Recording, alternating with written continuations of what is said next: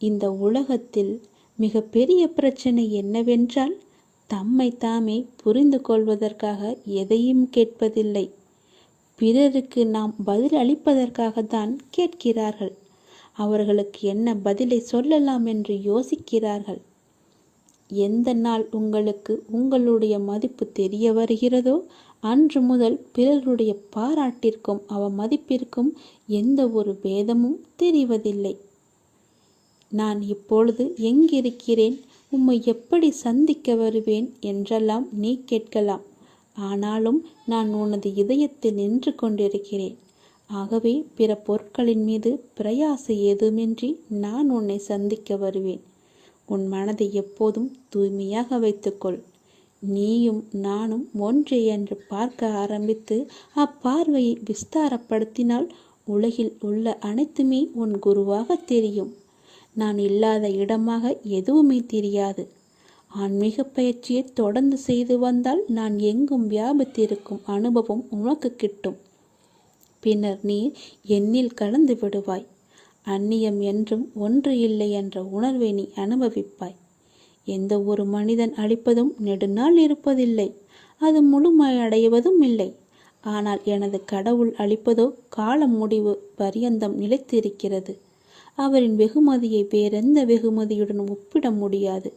எனது கடவுளே எடுத்துக்கொள் எடுத்துக்கொள் என்கிறார். ஆனால் எல்லோரும் என்னிடம் வந்து கொடு கொடு என்கிறார்கள். நான் கூறுவதன் பொருளை நீ உணர்ந்து கொண்டாயா? கடவுள் எல்லாவற்றையுமே எனக்கு கொடுத்திருக்கிறார். அவரிடமிருந்து நான் எல்லாவற்றையுமே வாங்கியிருக்கிறேன். ஆனால் என்னிடம் உள்ளவர்களோ எனக்கு கொடு எனக்கு கொடு என்று என் மீது பொறாமைப்படுகிறார்கள்.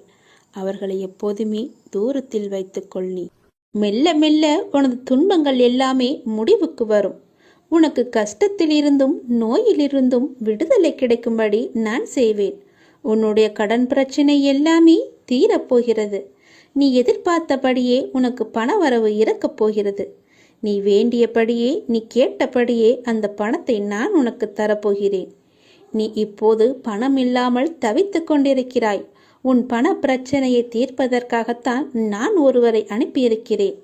அவர் மூலம்தான் உனக்கு பணம் கிடைக்கப் போகிறது. யாரென்று அடையாளம் அறிந்து கொள், தெரிந்து கொள்.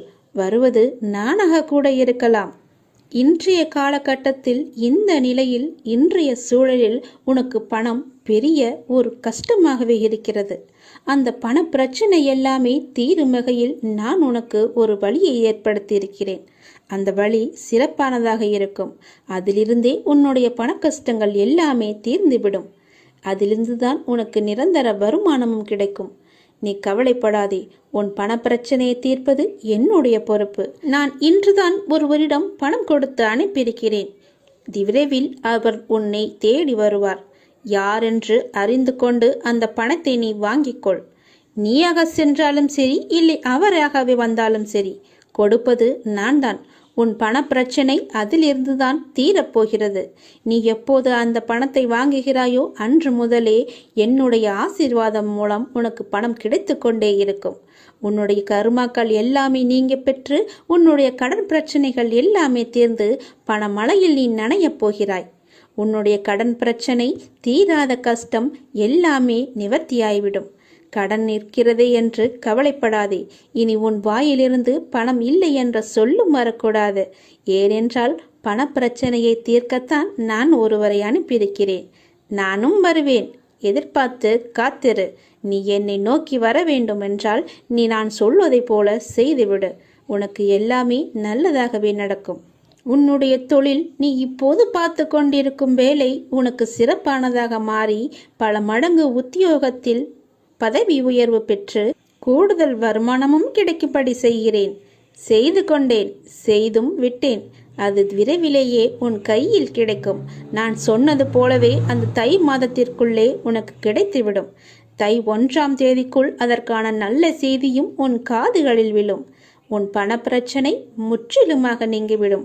எனக்கு பண கஷ்டம் இருக்கிறது என்ற வார்த்தையை இனி உன் வாயில் இருந்து வராது. உனக்கு நல்லதாகவே நடக்கும். நல்லது மட்டுமே நடக்கும். உன் அப்பாவின் துணையோடு. உன்னுடைய பாரம் மிக கடுமையாகவும் வேதனைகளை தாங்க முடியாததாகவும் வாழ்க்கை நெருக்கடி நிறைந்ததாகவும் இருப்பதை பார்த்து நான் சஞ்சலப்படுகிறேன். என் மனம் சஞ்சலப்பட்டு கொண்டிருக்கிறது. யார் இந்த இக்கட்டான நேரத்தில் உதவுவார் என்று எல்லா இடத்திலும் உனது கையை விரித்து நீ கலக்கம் கொண்டிருக்கிறாய். துக்கமும் துயரமும் இப்போது உன்னை அழுத்திக் கொண்டிருக்கிறது. இதிலிருந்து எழுந்து வர நீ முயற்சி செய்கிறாய். ஆனால் உன்னால் வர முடியவில்லை. ஏன் முடியவில்லை என்று யோசித்தாயா? முதலில் அதை எல்லாவற்றையுமே நீ மறந்துவிடு. நான் இப்படி இல்லை என்று மறந்துவிடு. நான் இப்படிதான் என்று நினைத்தால் நீ அப்படியே உட்கார்ந்து விடுவாய். என்னால் முடியும் என்று எழுந்து வா. முதலில் உன் முகத்தில் சிரிப்பை கொண்டு வா. அந்த சிரிப்பு இல்லாததுதான் இதற்கு எல்லாமே காரணம். எதையோ மனதில் போட்டுக்கொண்டு அழுது புலம்பி தவித்து கொண்டிருக்கிறாய். யாரிடம் போய் சொல்வது, யாரிடம் சொன்னால் எனக்கு தீர்வு கிடைக்கும் என்று அழுது கொண்டிருக்கிறாய்.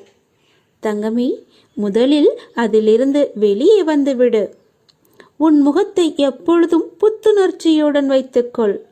உனக்கு ஒன்றுமே இல்லாதது போல, அதாவது எனக்கு எந்த துன்பமும் இல்லை, துயரமும் இல்லை, எந்த ஒரு பிரச்சனையும் இல்லை என்பது போல எப்பொழுதுமே உன் மனதை நீ புத்துணர்ச்சியோடு வைத்துக்கொள். உன் மனம் புத்துணர்ச்சியாக இருந்தால் உன் முகமும் புத்துணர்ச்சியாக கலையாக இருக்கும். அது இல்லாததுதான் இப்போதைய காரணம். உன் முகத்தை நீ நேரடியாக சென்று கண்ணாடியில் பார், எப்படி இருக்கிறது என்று, எவ்வளவு சோர்வாக எவ்வளவு கவலையாக இருக்கிறது என்று. எல்லாவற்றையுமே மறந்துவிடு. எனக்கு தான் என் அப்பன் இருக்கிறானே என்று தைரியமாக எல்லாவற்றையுமே மறந்து முதல் அடியை எடுத்து வை. உன் மனதை மகிழ்ச்சியாக வைத்துக்கொள். என்னை நம்பி என் ஆலயத்திற்கு நீ வா. நீ வளமுடன் வாழ்வாய். எந்த குறையும் இல்லாமல் வாழ்வாய்.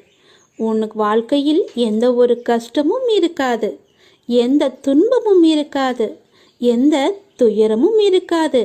முதலில் நான் சொல்வது போல செய்.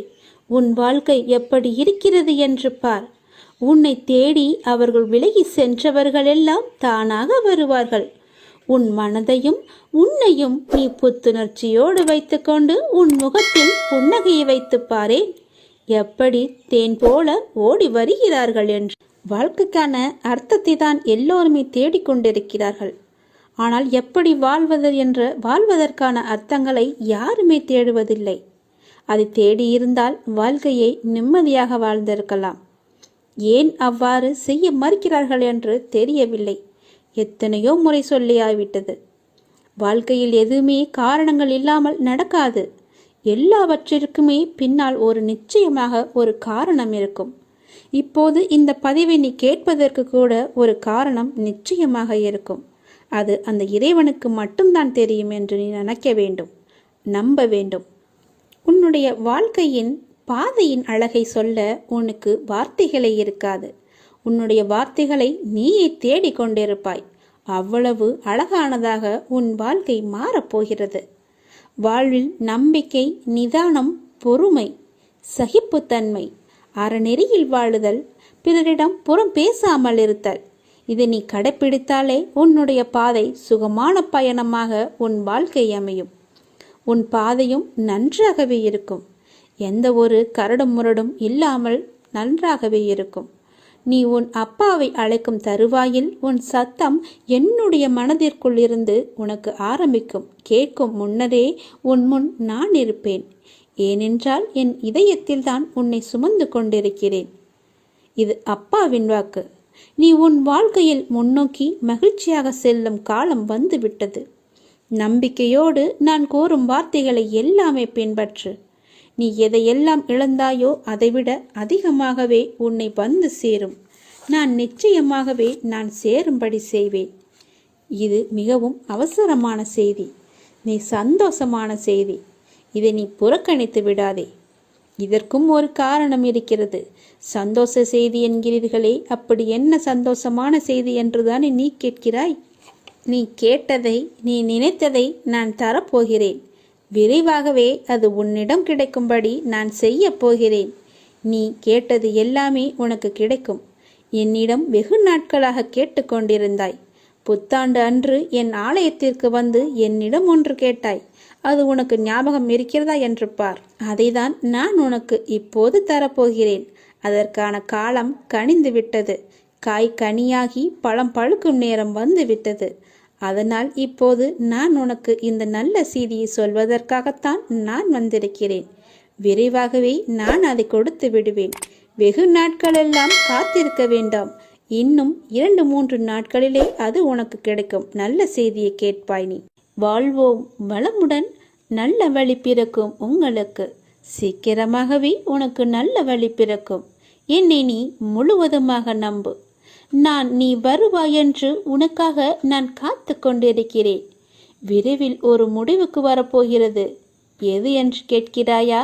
உனது துயரங்கள் எல்லாமே விரைவிலேயே ஒரு முடிவுக்கு வரப்போகிறது. நீ தேவையில்லாமல் உன்னுடைய கண்களை நீ கலங்க வைக்காதே. மகிழ்ச்சியாகவே இரு. எப்போதும் உன்னை நீ மகிழ்ச்சியாகவே வைத்துக்கொள். நான் இருக்கும்போது எதற்காக நீ கலங்க வேண்டும்? என்னை மீறி எதுவும் நடக்கப் போவது இல்லை என்று உனக்கு நன்றாகவே தெரியும். எல்லாவற்றையுமே ஆட்டி வைப்பது நான் தான் என்று தெரியும். அப்படி இருந்தும் வீணான மனக்கவலை உனக்குள்ளே எதற்கு? உன்னை நான் தேர்ந்தெடுத்து நான் வசிக்கும் இடத்திற்கு நான் உன்னை வரவழைத்தேன். ஞாபகம் இருக்கிறதா? எப்படிப்பட்ட சூழ்நிலையில் என்னை வந்து சந்தித்தாய் என்று உனக்கு ஞாபகம் இருக்கிறதா? அதனால் நீ கலங்காதே. என்னுடைய வாக்கு என்றுமே பொய்யாகாது என்பதை நீ நம்ப வேண்டும். எந்த சூழ்நிலையிலும் உன்னை நான் கைவிட மாட்டேன் என்று நீ நம்ப வேண்டும். நம்பிக்கையோடு நீ எப்பொழுதுமே இரு. என் அப்பான் என்னை பார்த்துக் கொள்வார் என்ற நம்பிக்கையோடு இரு. என்னை மீறி எதுவுமே நடக்காது. உனக்கு என்ன வேண்டும் என்று என்னிடம் கேள். உனக்கு வேண்டியது எல்லாவற்றையுமே நானே தருகிறேன். அப்படி இல்லை என்றால் நீயே வேண்டியதை எடுத்துக்கொள். எனது கஜானா வாயிற்கதவு உனக்காகத்தான் திறந்து வைத்திருக்கிறேன். அதில் உனக்கானது நிறையவே இருக்கிறது. அதில் உனக்கு என்ன வேண்டும் என்று நீயே தேடி எடுத்துக்கொள். எது உன்னிடத்தில் சேர வேண்டுமோ அது உன்னிடத்தில் தானாகவே வந்து சேர்ந்துவிடும். அதனால் இது வருமா, கிடைக்குமா, எப்பொழுது கிடைக்கும் என்று நீ ஏங்கி உன்னை நீயே வருத்தி கொள்ளாதே. நிச்சயமாகவே அது உன் கைக்கு கிடைக்கும். நீ அறிந்ததை கொண்டு நீ கடவுளை வழிபடு. உனது உள்ளத்தில் இருந்து நீ வழிபடு. வழிபாட்டிற்கு எந்த ஒரு விதிமுறையுமே இல்லை. உன் தாயை எவ்வாறு உனது சேவைக்கு அழைப்பாயோ அதே அன்பும் இயல்புமே போதுமானது கடவுளை வழிபடுவதற்கு. கடவுளுக்கு என்று தனி ஒரு ரகத்தை நீ தேடாதே. இயல்பாகவே அப்பா என்று என்னை கூப்பிடு. உன் அப்பாவிடத்தில் நீ எவ்வளவு உரிமையாக இருப்பையோ அது போலவே நீ என்னிடத்திலும் உரிமையாக இருக்கலாம். ஏனென்றால் நீ என் பெற்றெடுத்த பிள்ளை. நீ என் பிள்ளை நன்றாக இருக்க வேண்டும். என் பிள்ளை என்னிடத்தில் சகஜமாக பழக வேண்டும் என்றுதான் நான் ஆசைப்படுகிறேன். என்னுடைய ஆசையை நீ நிராசையாக்கி விடாதே. என்னிடத்தில் எல்லா உரிமைகளுமே உனக்கு உண்டு. நீ என் பிள்ளை, நான் உன் அப்பா. என் அன்பு குழந்தையே, எல்லோருடைய வாழ்விலும் மாற்றங்கள் வருகின்றன. சிலருக்கு கொஞ்சம் தாமதமாய் இருக்கலாம். இப்போது உன் வாழ்விலும் நீ எதிர்பார்த்த மாற்றம் வரப்போகிறது. உன்னுடைய பல வேண்டுதலில் உன்னுடைய முதன்மையான வேண்டுதல் விரைவில் நடக்கப் போகிறது. அதற்கு நீ செய்ய வேண்டியது எல்லாம் அந்த விஷயத்தை குறித்து நேர்மறை எண்ணங்களை மனதில் எழுப்ப வேண்டும். அது நடக்கும் என்று நீ நம்ப வேண்டும். உனக்கு அந்த வேண்டிய ஒன்று நிச்சயமாகவே கைகளில் கிடைக்கும். கோவிலில் சாமி முன் இந்த முறைப்படி நீ பிரார்த்தனை செய்து வந்தால் நிச்சயம் நீ நினைத்தது நடக்கும். நமக்கு எப்பொழுது எந்த பிரச்சனை எந்த ரூபத்தில் வந்தாலும் நாம் அந்த பிரச்சனைகளை முடிக்கவும் அதிலிருந்து முழுமையாக விடுபட்டு வெளியே வருவதற்கும் நாம் செய்யும் முதல் காரியம் தெய்வத்திடம் சரணடைந்து பிரார்த்தனை செய்து நம் குறைகளை கூறி வேண்டிய வரங்களை பெற்றுக்கொள்வோம்.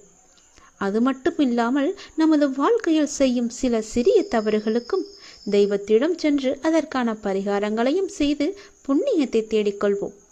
ஆனால் கோவிலில் சாமியிடம் வேண்டுவதாக இருந்தாலும் பரிகாரம் செய்வதாக இருந்தாலும் அதற்கு ஒரு முறை இருக்கிறது. அந்த முறைப்படிதான் நாம் இறைவனிடம் வேண்ட வேண்டும். அப்படி வேண்டினால் கண்டிப்பாகவே அது நிறைவேற்றப்படும். அந்த முறைப்படி பரிகாரம் செய்தாலும் தெய்வம் அதை முழுமையாக ஏற்றுக்கொள்ளும். நாம் நம்பிக்கையுடன் செய்ய வேண்டும். அதனால் இன்று கோவிலில் தெய்வத்தின் முன் எப்படி பிரார்த்தனை செய்வது, எப்படி வேண்டுவது பற்றி தான் நாம் இப்போது சொல்லப் போகிறோம். கோவிலுக்கு சென்றால் தெய்வத்தின் முன் மண்டியிட்டு வேண்டு என்று நிறைய பேர் சொல்லி நாம் கேள்விப்பட்டிருப்போம். ஆனால் நம்மில் எத்தனை பேர் இந்த முறையில் தெய்வம் முன் மண்டியிட்டு வேண்டியுள்ளனர் என்பது நமக்கு தெரியாது. ஆனால் அடுத்த முறை நீங்கள் கோலதெய்வ கோயிலுக்கு சென்றாலும் அல்லது வேறு ஏதாவது உங்களுக்கு பிடித்த தெய்வத்துடைய கோவிலுக்கு சென்று வேண்டினாலும் தெய்வத்தின் முன் முட்டி போட்டு உங்கள் பிரார்த்தனையை வையுங்கள். நீங்கள் தெய்வத்தின் சன்னிதானத்திற்கு முன்பு மண்டி போட்டு உங்கள் இரு கைகளையும் ஏந்தி உங்களுடைய பிரச்சனையை, குறைகளை கடவுளிடம் சொல்லி வேண்டிய வரங்களை நீங்கள் பெற்றுக்கொள்ளுங்கள். இப்படி நீங்கள் முட்டி போட்டு வேண்டினால் தெய்வம் நாம் கேட்டதை உடனே கொடுக்கும் என சொல்லப்படுகிறது. இப்படி நீங்கள் எந்த தெய்வத்தின் கோவிலுக்கு சென்றாலும் முழங்கால் போட்டு மண்டியிட்டு உங்களின் இரு கைகளையும் ஏந்தி வேண்ட வேண்டும். உங்களுடைய வேண்டுதலை சீக்கிரமாகவே ஏற்றுக்கொள்வார். அதே நேரம் அந்த வேண்டுதல் சீக்கிரம் தெய்வத்தால் நிறைவேற்றியும் தரப்படும் என்பது காலம் காலமாக மக்களிடம் உள்ள நம்பிக்கை. அந்த நம்பிக்கை உங்களுக்குள்ளே இருக்க வேண்டும். நீங்கள் நிறைய கோவில்களில் சில தெய்வத்திற்கு வேண்டுதல் வைத்து முழங்கால் மண்டியிட்டு கோவிலை சுற்றி வலம் வருவார்கள். கோவில் படியேறி தங்களுடைய நேர்த்திக்கடனை செலுத்துவார்கள். இப்படியெல்லாம் கூட தெய்வத்திற்கு பிரார்த்தனை செய்யலாம் என்று நம்முடைய சாஸ்திரங்களே கூறுகிறது. இருந்தாலும் உங்களுடைய உடம்பை பிரார்த்தனை செய்கிறேன் என்ற பெயரில் வருத்தி கொண்டு நீங்கள் முழங்காலிட்டு கோவிலை சுற்றியோ அல்லது கோவில் படிக்கட்டிலோ நடக்க வேண்டும் என்ற அவசியம் கிடையாது. உங்களை உடலை வருத்திதான் நம்மை செய்ய வேண்டும் என்று யாரும் சொல்லவில்லை. எந்த கடவுளும் நிர்பந்திக்கவில்லை. தெய்வத்தின் சன்னிதானத்திற்கு முன்பு மண்டியிட்டு தெய்வத்தை முழு நம்பிக்கையோடு நினைத்து மனதார வேண்டிக் கொண்டாலே போதும். நீங்கள் நினைத்தது நிச்சயமாகவே ஒரு மண்டலத்தில் நடக்கும். அதாவது 48 நாட்களுக்குள் அது நடந்தே தீரும். நீங்களும் உங்கள் இஷ்ட தெய்வத்தை நினைத்து முழு நம்பிக்கையோடு வேண்டுங்கள். எந்த தெய்வமாக இருந்தாலும் கை நீட்டி கேட்டால் கண்டிப்பாகவே கொடுப்பார். இல்லை என்று சொல்லாமல் நமக்கு அள்ளி தருபவர்தான் தெய்வம். மண்டியிட்டு கைகளை ஏந்தி கடவுளிடம் கேளுங்கள். உங்கள் பிரார்த்தனை நிச்சயம் நிறைவேறும்.